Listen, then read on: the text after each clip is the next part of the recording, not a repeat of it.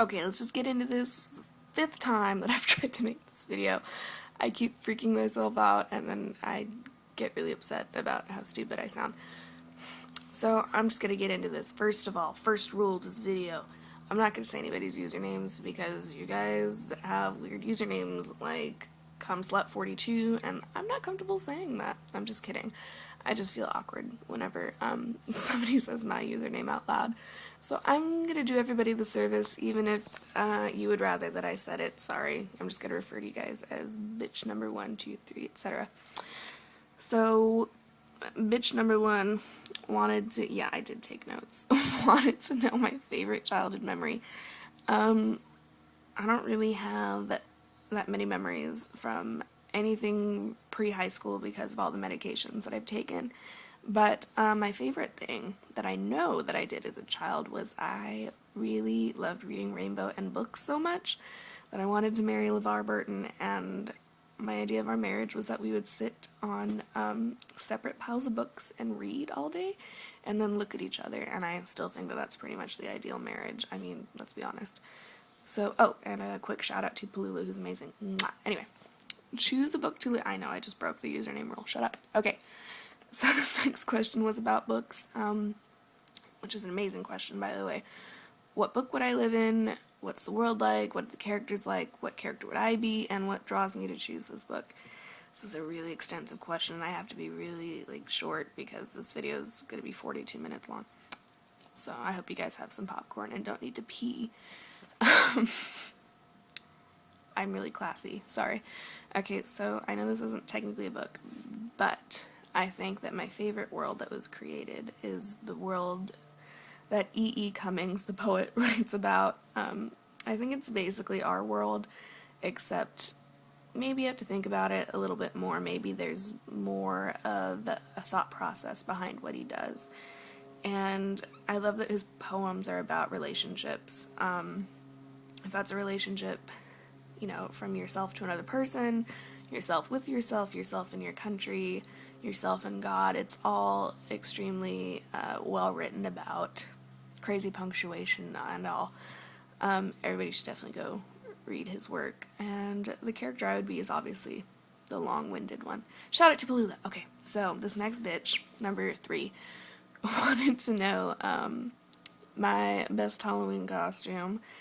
And I have to say that I have really good Halloween costumes. No, I don't. They're actually pretty lame. But when I was a kid, I loved Halloween because my school said that you had to dress up as a book character. And as we've already talked about, I'm a little obsessed with books. Probably in a sexual way. Anyway, so the book characters that I chose, I was young Indiana Jones one year, which makes me really cool, I think. And then I was a brain alien, which was really cool. And then when I wanted to be a scientist, I was Madame Curie, which makes me pretty much a badass. I also wanted to know my vices. This is really weird, but as long as we're talking about weird shit, I get really obsessed with the length of my toenails. So I tend to keep them short. I know it's really weird. And my other vices are people who are socially aware and beautiful and who talk to me on Text Plus and who are you and I love you. And that's why we're engaged. And your next question of how I'm going to tell Jose, he doesn't need to know. He's not home, it's fine. Wait, are you? No, that's okay, he's not home. Okay, I'm kidding. You really wouldn't care. He doesn't take any of this shit seriously, which is fine. So, P.S. I feel like I should say that he's really amazing and also my best friend, and I'm sorry and I love you. Anyway. Oh, shout out to Palula. What am I doing? Oh god, doing this with my phone is so awkward. I was doing it with my computer before, and I had so much better control over the camera, and so I'm sure you're getting all these really lovely, weird angles with all my pimples. That's really attractive. Shout out to Palula if I haven't done it enough. Okay. If I could choose to be in any TV show, which would it be?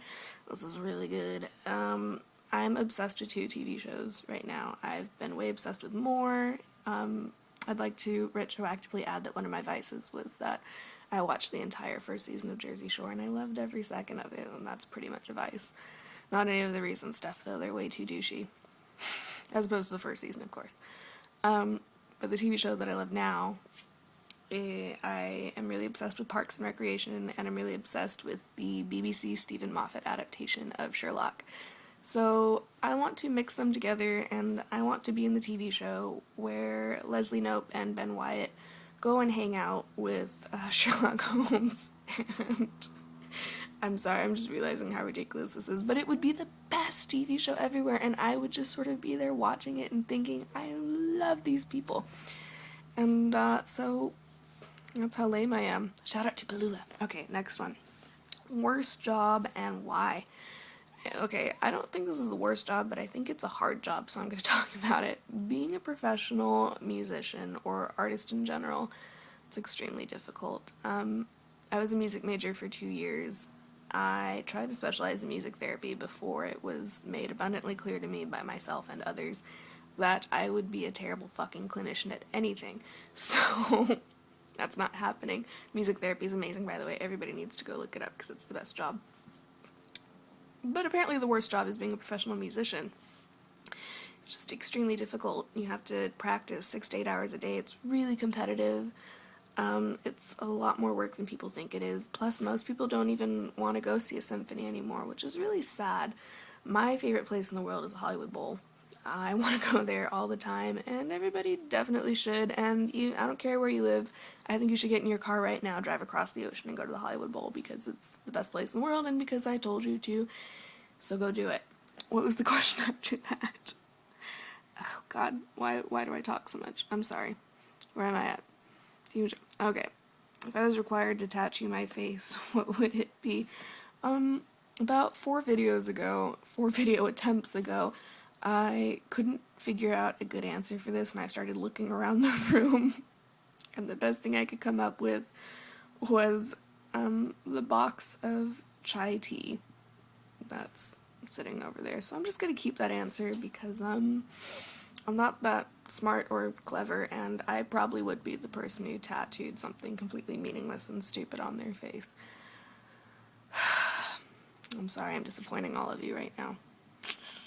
Shout out to Palula. Okay, so last question, and I'm really proud of myself for going under 8 minutes so far because this was at like minute 24 before, and I really should just go take a nap. Most influential person outside of my immediate family and my home. I think it kind of discounts Jose. Sorry. I love him. He's my best friend, he's my boyfriend, he's the coolest person in the world, honestly, and I'm sorry that I have to discount you. And I have a lot of really good contenders for this. I have a really great circle of friends, my family's amazing, and I'm sorry that they don't count. I love my professors have been extremely influential in my life. But that kind of leads me to who I think is the most influential. I had a teacher in 11th grade. She was an English teacher, and she was seriously the most fucking badass woman I've ever met. She was just herself, and she didn't care what anybody said. She was just always going to be herself. She had like really short bleached, like yellow bleached hair, and she wore like pleather skirts and red, and she never like looked completely put together, but she just looked like she didn't care. And her teaching style was amazing. And she was great. She took a really active interest in my life. We had to take the PSATs that year, and I didn't want to ask my parents for money to pay for it because there wasn't a whole lot of money to go around at the time. They probably could have swung the $20, but I just didn't want to ask because I didn't want to put a strain. And so she paid out of pocket for that. She was very concerned that I wasn't signing up for it, so she asked me to get her wallet. She gave me the money, and I went and paid for it. Cried a little bit because, I'm really sentimental. And then she died a couple months later. So I think that most of the people that I love now, in terms of writing, they're very connected to her. I still read a lot of John Irving and Truman Capote and E.E. Cummings, obviously. And those were all people that I was introduced to in her class. So she's influenced me in so many ways. She definitely pushed me. She's the first person to really assert that I could be a writer and that I could be published one day. I mean, my parents obviously really wanted me to do that, and they were really the first people who pushed for that, But she was the first person who I listened to and whose opinion I took really seriously. I still think that my parents have to love me, so there's that. God, I can't even list the ways that she's influenced me. I just freaking love her. She was the best person ever. And I think I should probably end this video because it's at 10 minutes now and I'm pretty sure YouTube is going to tell me to shut the fuck up. So, I'm really sorry for the people whose questions require more thought. I will get to you later. I really need to stop talking, and thank you. You guys are all my bitches, and I love you.